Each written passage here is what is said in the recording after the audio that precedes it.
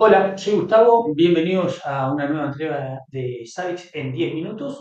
Vamos a hablar sobre, o profundizar un poco más sobre las propiedades de los triggers. Ya estuvimos hablando un poquito sobre las propiedades de los hosts y las propiedades de los ítems.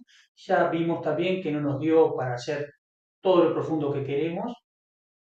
Consulten esos videos y nos dejan todas las preguntas que quieran. Vamos a hacer nuevos videos profundizando sobre las propiedades que quedaron por fuera y también contestando las preguntas que puedan existir. Ahora vamos a ver algunas propiedades de los triggers y es altamente probable que nos pase lo mismo, así que vayan dejando todas las preguntas que se les vayan ocurriendo, así las encaramos en las próximas entregas. Bueno, entonces, ¿qué son los triggers? Ya lo estuvimos viendo en la primera entrega. Los triggers van a ser el análisis sobre los datos que fueron cosechados. Los datos son los ítems y para tener ítems necesito tener el host definido. Entonces, voy a ir a hosts y acá tenemos nuestro host y tenemos nuestros ítems.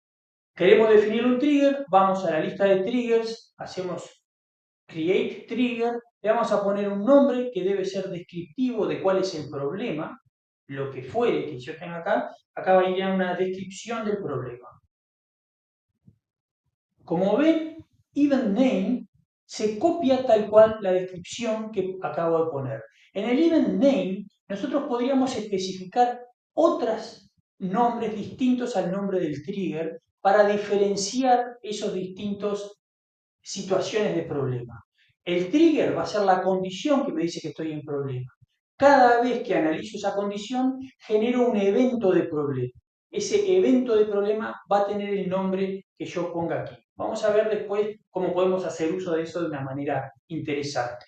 El operational data, o sea, se genera el evento de problema, se determina el nombre del evento con el event name. Ahí vamos a usar macros para poder especificar ese nombre para que sean distintos. El operational data es algo que se va a calcular cada vez que va a ser mostrado, a diferencia del event name.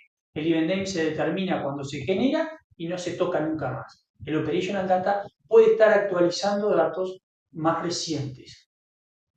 La severidad nos va a decir cuán grave es el problema que detectamos. Podemos ir de not classified a disaster, ¿no? Average, warning. Esto nos va a estar diciendo con qué urgencia debiéramos de tratar. La expresión es la condición lógica que vamos a poner sobre uno o más ítems. Puede ser sobre cualquier ítem que Savix haya cosechado. Ni siquiera tienen por qué pertenecer al mismo host. Puedo estar analizando datos que pertenecen a distintos hosts. Si esa condición es verdadera, se genera el evento de problema. Luego voy a salir de la condición de problema, de la situación de problema, ¿de qué manera? Una es con la propia expresión. Si cuando es verdadero me meto en problema, cuando es falsa voy a salir del problema. Tenemos otra forma de salir que es con una recovery expression, entonces tengo que poner una nueva expresión lógica sobre los valores de los ítems. Por ejemplo, tengo un trigger que se dispara cuando la temperatura sea mayor a 29 grados. La temperatura es 29.1, se prende la alerta. Baja a 28.9, se apaga la alerta porque es menor de 29. Y así puedo estar oscilando en ese límite y la alerta se está prendiendo y apagando, provocando ruidos y desconfianza en el sistema de monitoreo.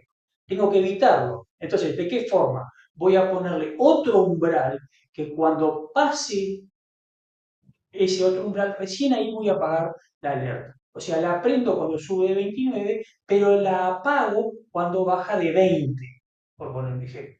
Entonces, evito el flapeo, ¿no? El flapping de ese problema que provoca inclusive desconfianza del sistema de monitoreo.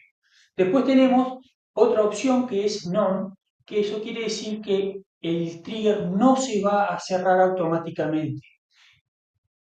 Una situación de esas podría ser hay un portón que no debe abrirse de noche, entonces cuando se abre el portón se prende la alerta, cuando se cierra el portón se apaga la alerta.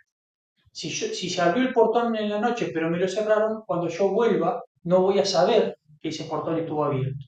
Entonces, si yo le pongo none, ahí el portón se abrió, se disparó el trigger, cuando se cerró, ese trigger no se cierra y cuando yo me reincorpore a mi lugar de trabajo, voy a dar cuenta que ese portón estuvo abierto.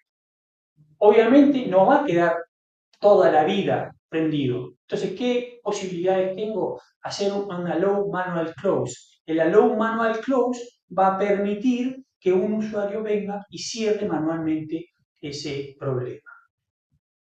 Tenemos el Event Generation Mode, que va a ser, cada vez que se analiza la condición del trigger, va a ser true or false.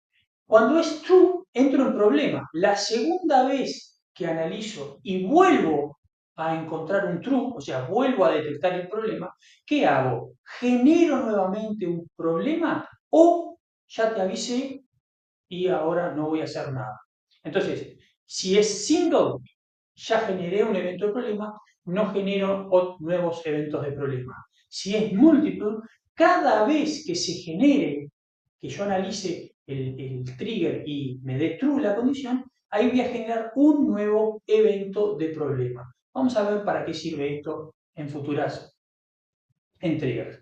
Tenemos el menú, la entrada del menú. Aquí ustedes pueden ver con ese simbolito de pregunta, ¿para qué es?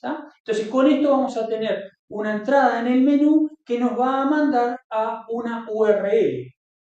En esa URL puedo tener especificado muchísimos datos que me van a ayudar a resolver este problema o me van a decir a quién tengo que llamar por lo menos. ¿Bien? La descripción va a ser qué es lo que estamos controlando de esto. Muchas veces se deja en blanco, sería conveniente rellenarla, o en el menú, en la URL del trigger, podríamos especificar muchos más datos. ¿Bien?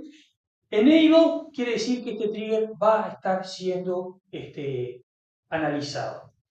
No pusimos la expresión, lo vamos a hacer en nuevas entregas, porque una de las cosas que necesitamos saber es qué es lo que queremos controlar, definir bien cuál es la condición que queremos poner. La primera entrega pusimos simplemente que la CPU superara un determinado umbral, pero podemos poner cosas un poco más interesantes, como relacionar qué procesos están en ejecución para determinar si el nivel de uso de la CPU es esperable o no. Si yo tengo algún programa en ejecución, ese programa va a demandar mucho uso de CPU, eso va a subir el consumo de CPU y uno puede decir, estoy en problema. No, no estoy en problema, está corriendo tal programa. Por lo tanto, es de esperar que la CPU esté exigida. Entonces, en ese caso no es una situación de problema. Entonces, vamos a ver en nuevas entregas cómo hacemos para especificar esas cosas en la expresión. Inclusive no tiene por qué ser números, pueden ser texto. Y también vamos a hablar sobre las tags y las dependencias. Por favor, déjennos todas sus inquietudes, todas sus preguntas, todos los temas que ustedes quieren que volvamos a tratar. Cualquier sugerencia para mejorar la serie también es bienvenida. No dejen de suscribirse y dejarnos un mensaje. Si la información que compartimos te pareció útil, déjanos tus mensajes, tus sugerencias para nuevos temas. No te olvides de suscribirte y nos vemos en el próximo video.